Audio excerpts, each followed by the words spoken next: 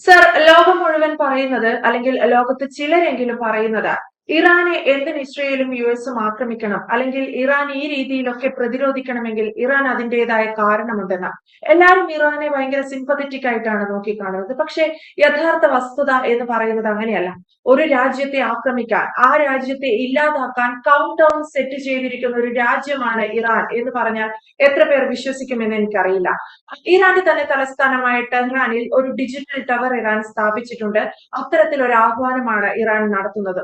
ഇതിനെ കൂടുതൽ ജയസൂര്യൻ സാർ എങ്ങനെ വിശദീകരിക്കും? ഒപ്പം ലോകത്തിൽ ചിലരെങ്കിലും ഇറാന് വേണ്ടി മുറവിളി കൂട്ടുന്നതിനെ ഇതിലൂടെ നമുക്ക് എങ്ങനെ വിലയിരുത്താനും സാധിക്കും?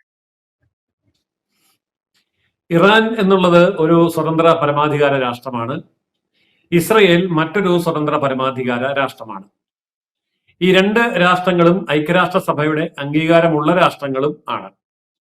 ആ നിലയ്ക്ക് രാഷ്ട്രങ്ങൾക്ക് തമ്മിലുള്ള ഒരു മര്യാദ മാത്രമല്ല, ഒരു ജനാധിപത്യ ഭരണക്രമം അല്ല എങ്കിൽ പോലും ഒരു രാജ്യത്തിന്റെ മര്യാദ, ഇത് എല്ലാ രാജ്യങ്ങളും അങ്ങേയറ്റം പരസ്പരം അംഗീകരിച്ച് മുന്നോട്ട് പോവേണ്ട ഒരു മേഖലയാണ്. എന്നാൽ ഇപ്പോൾ പറഞ്ഞ ഈ സംഭവം യാഥാർത്ഥ്യമാണ്. 2017 ജൂണില് ഇറാനിൽ നടന്ന ഖുദ് ദിന പരിപാടിയോടനുബന്ധിച്ച് സ്ഥാപിക്കപ്പെട്ട ഒരു ഡിജിറ്റൽ ക്ലോക്ക് ഇറാന്റെ തലസ്ഥാനമായ ടെഹ്റാനിലെ ഫലസ്തീൻ സ്ക്വയർ എന്ന് പറയുന്ന സ്ഥലത്ത് സ്ഥാപിച്ചിട്ടുണ്ട്. ഇതൊരു ഡിജിറ്റൽ ക്ലോക്കാണ്. ആ ഡിജിറ്റൽ ക്ലോക്കില് രേഖപ്പെടുത്തിയിരിക്കുന്നത് എന്നാണോ ഇസ്രയേൽ ഇല്ലാതാവുന്നത് എന്നാണ്. അത് കൃത്യമായി അതിന്റെ ഡേറ്റ് രേഖപ്പെടുത്തിക്കൊണ്ടാണ് ആ ക്ലോക്ക് സ്ഥാപിച്ചത്. 8411 ദിവസം കഴിയുമ്പോൾ, അതായത് ഈ ക്ലോക്ക് സ്ഥാപിച്ച 2017 ജൂൺ മാസം 23 എന്ന തീയതി മുതൽ 8411 ദിവസം തികയുമ്പോൾ ഈ ഭൂമുഖത്ത് ഇസ്രയേൽ എന്ന് പറയുന്ന ഒരു രാജ്യം ഉണ്ടാവുകയില്ല എന്നാണ് ആ ക്ലോക്കിൽ രേഖപ്പെടുത്തിയിരിക്കുന്നത്.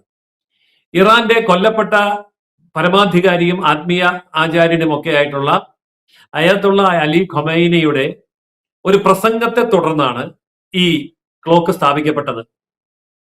ഇങ്ങനെ ഒരു ക്ലോക്ക് ഒരു രാജ്യത്ത് സ്ഥാപിച്ചപ്പോൾ അതിന് കൃത്യമായ ലക്ഷ്യം വെച്ച് അതിന് കൗണ്ട് ഡൗൺ ഡേറ്റുകൾ രേഖപ്പെടുത്തി അങ്ങനെ ഒരു സംവിധാനം അന്ന് മുതൽ ഇന്ന് വരെ നിലനിൽക്കുന്നു എന്ന് പറയുമ്പോൾ ഇത് തീർച്ചയായിട്ടും ചർച്ച ചെയ്യപ്പെടേണ്ട ഒരു വിഷയം തന്നെയാണ്.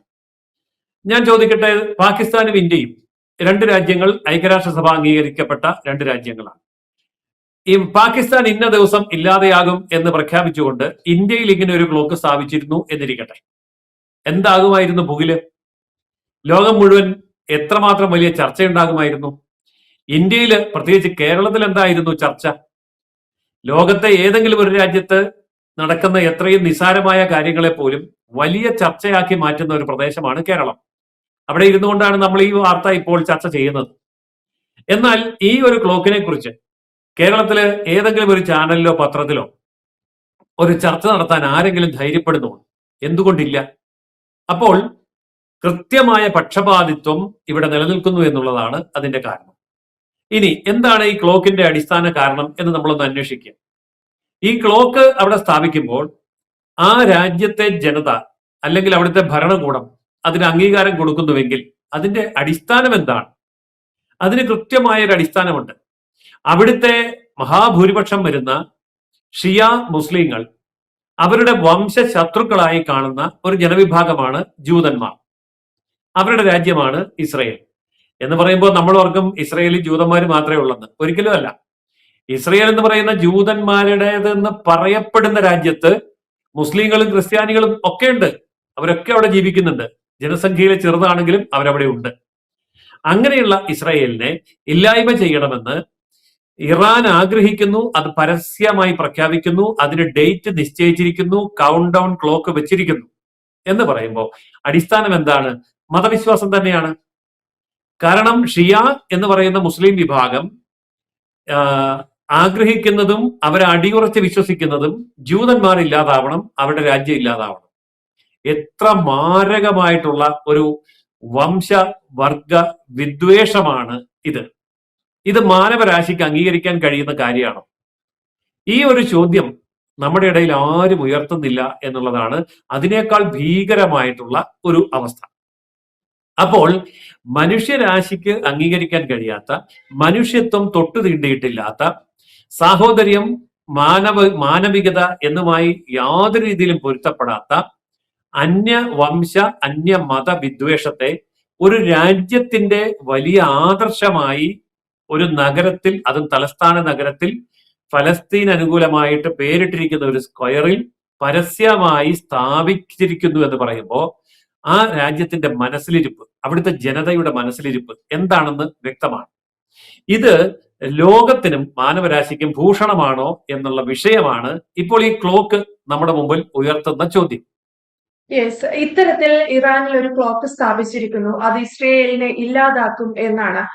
ഇതൊന്നും പൊതുവെ മീഡിയയ്ക്കോ ആർക്കും അറിയാത്ത കാര്യമൊന്നുമല്ല, എല്ലാവർക്കും അറിയാം. പക്ഷെ എത്ര പേര് ഇത് ചർച്ച ചെയ്യുന്നുണ്ട് എന്നതിലാണ്. പക്ഷെ എന്തുകൊണ്ടായിരിക്കാം ജയസൂര്യൻ സാർ ഇറാന് വേണ്ടി ഇവർ ഇത്രയും മുറവിളി കൂട്ടുന്നത്? അതിന് പിന്നിലെ ഒരു ചേതോ വികാരം എന്താണ്?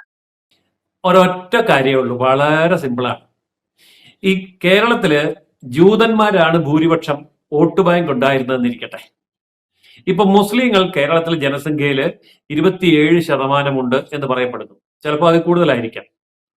ഈ 27% മുസ്ലിങ്ങൾക്ക് സംഘടിത വോട്ട് ബാങ്ക് ഉണ്ട്. കേരളത്തില് ഈ 27% മുസ്ലിമിന്റെ സ്ഥാനത്ത് 7% ജൂതന്മാരുണ്ടായിരുന്നെങ്കിൽ ഈ പ്രശ്നം ഉണ്ടാകുമായിരുന്നില്ല. കാരണം സംഘടിത വോട്ട് ആരുടെ കയ്യിലാണോ അവരെന്ത് പോക്രിത്തരം കാണിച്ചാലും അതിന് പിന്തുണ കൊടുക്കുക എന്ന് പറയുന്ന നെറികെട്ട നാണംകെട്ട രാഷ്ട്രീയ നിലപാടാണ് കേരളത്തിലുള്ളത്.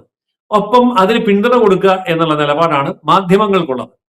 അതുകൊണ്ടാണ് ഇത് പ്രശ്നമാകുന്നത്, വേറൊന്നുമല്ല പ്രശ്നം. അതായത് മുസ്ലിങ്ങൾക്കുള്ള ഭൂരിപക്ഷം യഹൂദന്മാർക്കായിരുന്നുവെങ്കിൽ മുസ്ലിങ്ങളെ ഇവരെല്ലാം പാടെ തള്ളിക്കളഞ്ഞിട്ട് യഹൂദന്മാരുടെ പിന്നാലെ പോകുമായിരുന്നു, യഹൂദന്മാരെ പാടി പുകഴ്ത്തുമായിരുന്നു, യഹൂദന്മാർക്ക് വേണ്ടി എന്ത് ചെയ്യുമായിരുന്നു. അതിന്റെ കാരണം സിമ്പിളാണ്, മുസ്ലിങ്ങൾക്ക് വോട്ടുണ്ട്, യഹൂദന്മാർക്ക് വോട്ടില്ല. യെസ്, എന്തായാലും ഈ രീതിയിൽ കേരളത്തിൽ നിന്നുൾപ്പെടെയുള്ള മാധ്യമങ്ങളും ചില ആളുകളും ഒക്കെ ഇറാനെയാണ് സപ്പോർട്ട് ചെയ്ത് രംഗത്തേക്ക് എത്തുന്നത്. പക്ഷെ ഇറാൻ സ്വീകരിക്കുന്ന ഒരു നിലപാട് എന്ന് പറയുന്നത് ഒരു രാജ്യത്തെ ഏത് ദിവസം ഇല്ലാതാക്കുമെന്ന് ഇറാന്റെ തന്നെ തലസ്ഥാനമായ ടെഹ്റാനിൽ കൃത്യമായി അടയാളപ്പെടുത്തി വച്ചിരിക്കുന്നു എന്നതാണ്. ഇത്തരത്തിൽ ഇറാൻ വലിയൊരു യുദ്ധ ആക്രമണം അല്ലെങ്കിൽ യുദ്ധ പ്രഖ്യാപനങ്ങളൊക്കെ നടത്തിയതിനു ശേഷമാണ് ഇറാൻ US ഇസ്രയേൽ യുദ്ധത്തിൽ ഏർപ്പെട്ടിരിക്കുന്നത് എന്ന കാര്യവും വ്യക്തമാണ്. Thank you Jayasuryan sir. കൂടുതൽ വാർത്തകളും വിശേഷങ്ങളും നിങ്ങളിലേക്ക് എത്താൻ ABC മലയാളം സബ്സ്ക്രൈബ് ചെയ്യുക, ബെൽ ബട്ടണും അമർത്തുക.